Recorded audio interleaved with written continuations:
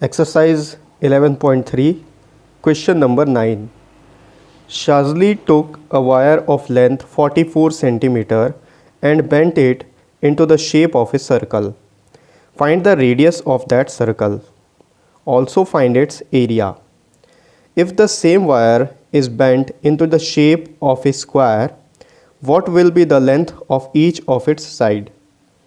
Which figure encloses more area, the circle or the square? Take pi is equals to 22/7. Question में बोल रहा है शाजली जो है उसने एक वायर लिया और उस वायर का जो लेंथ था वो 44 सेंटीमीटर था। उस वायर को पहले उसने सर्कल शेप में बना दिया, उसको मोड़ दिया, ठीक है, सर्कल शेप में। तो हमको फाइंड आउट करना है कि उस सर्कल का रेडियस कितना होगा।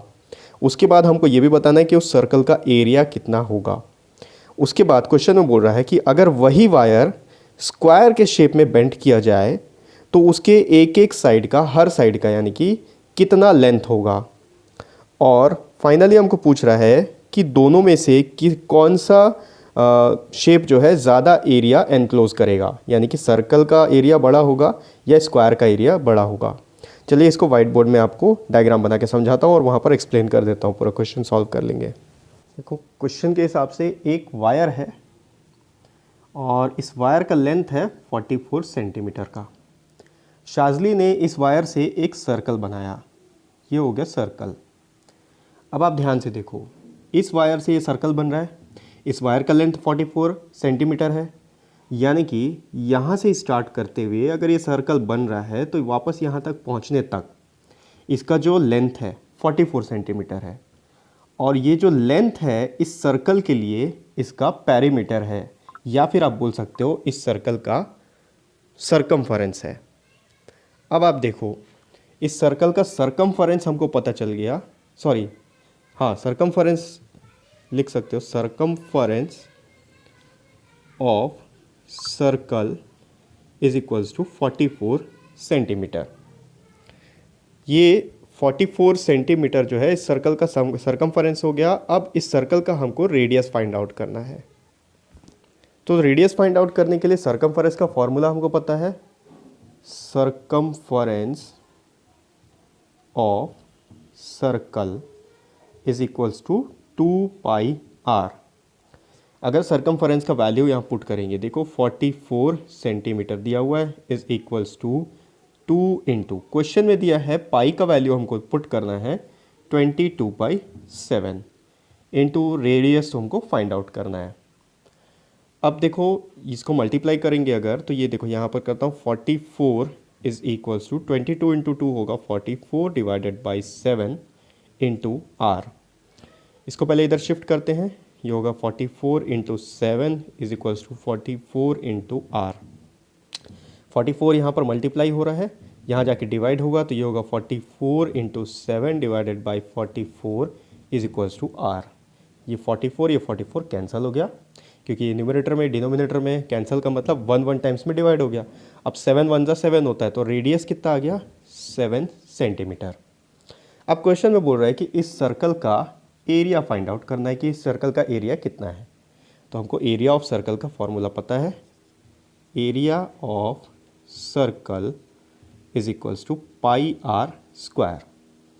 पुट करते हैं, पाई का वैल्यू 22/7 इंटू आर अभी फाइंड आउट किया 7 सेंटीमीटर, तो 7 का स्क्वायर है तो 7 इंटू 7 लिख लेते हैं। ये हो गया 7 और ये 7 कैंसल, यानी कि 7 1 7 7 1 7। अब 22 इंटू 7, 7 2 14, 7 2 14 प्लस 1 15, तो इसका एरिया आ गया 154 सेंटीमीटर स्क्वायर।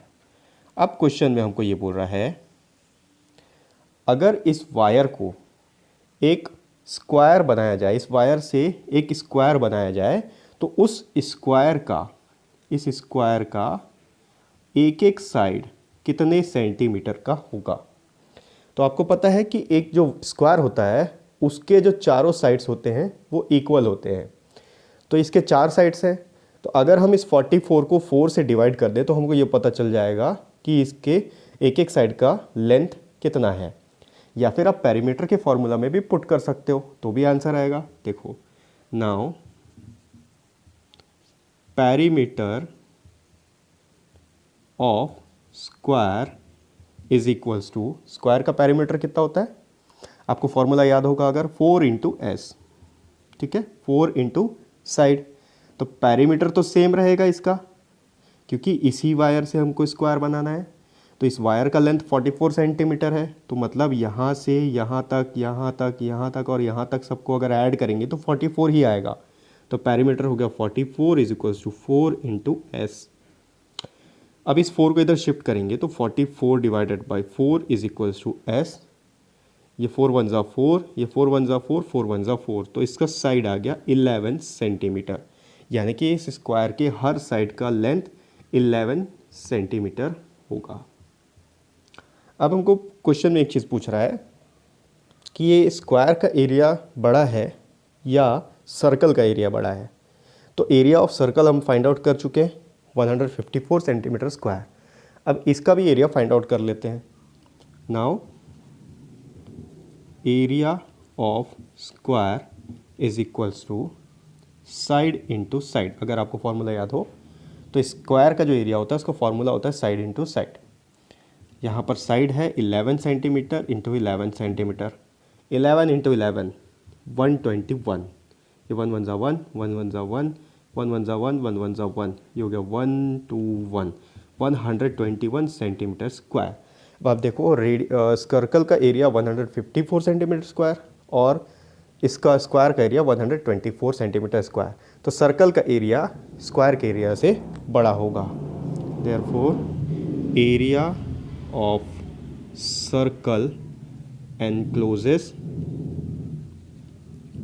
मोर, या फिर आप लिख सकते हो सर्कल एनक्लोजेस मोर एरिया, ठीक है, circle encloses more area than square, ठीक है।